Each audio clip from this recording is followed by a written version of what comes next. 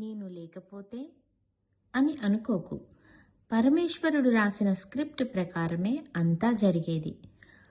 అశోకవనంలో రావణుడు సీతమ్మ వారి మీద కోపంతో కత్తి దూసి ఆమెను చంపడానికి ముందుకు వెళ్తున్నప్పుడు హనుమంతుడు అనుకున్నాడు, ఎవరి నుంచైనా కత్తి తీసుకొని రావణాసుని తలను ఖండించాలి అని. కాని మరుక్షణంలోనే మండోదరి రావణుడి చేతిని పట్టుకొని ఆపడాన్ని చూశాడు. ఆశ్చర్యచకితుడయ్యాడు. నేను కనుక ఇక్కడ లేకపోతే సీతమ్మను రక్షించేవారెవరు అనేది నా భ్రమ అన్నమాట అనుకున్నాడు హనుమంతుడు. బహుశా మనం కూడా ఎన్నోసార్లు ఇలా అనుకొని ఉంటాం, నేను లేకపోతే ఎలా అని.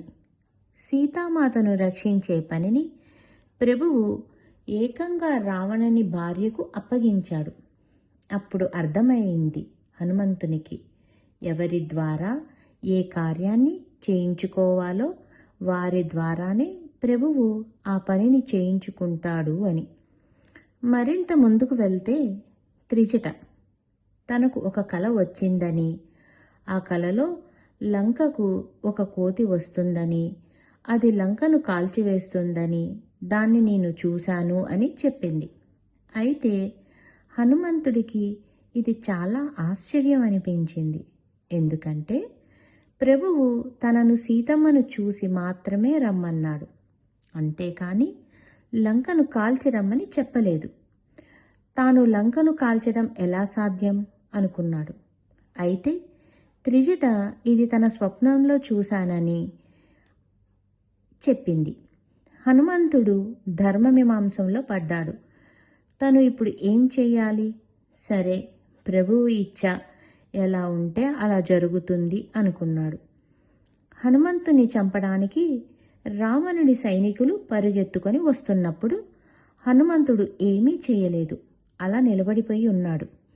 అయితే ఆ సమయంలో విభీషణుడు వచ్చి, అన్నా, దూతను చంపటం నీతి కాదు అన్నాడు. అప్పుడు హనుమంతునికి అర్థమయ్యింది, తనను రక్షించే భారం ప్రభువు విభీషణునిపై ఉంచాడు అని. ఆశ్చర్యానికి పరాకాష్ట ఎక్కడంటే, విభీషణుడు ఆ మాట చెప్పగానే రావణుడు ఒప్పుకొని, కోతిని చంపొద్దు, కోతులకు తోకంటే మహా ఇష్టం, తోకకు నిప్పు పెట్టండి అన్నాడు. అప్పుడు హనుమంతుడికి మరింతగా అర్థమైంది, త్రిజట స్వప్నం నిజం కాబోతుంది అని.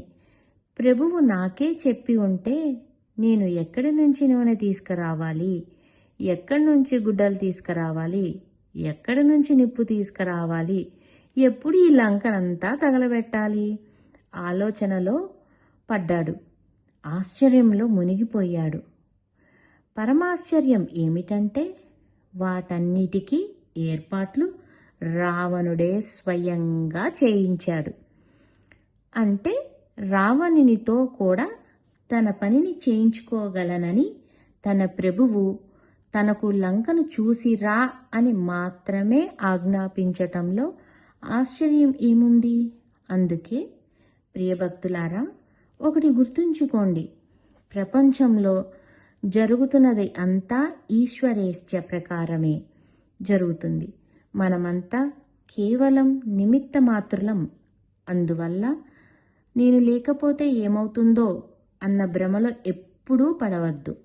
నేనే గొప్పవాణ్ణి అన్న గర్వమూ వద్దు. జై హనుమాన్.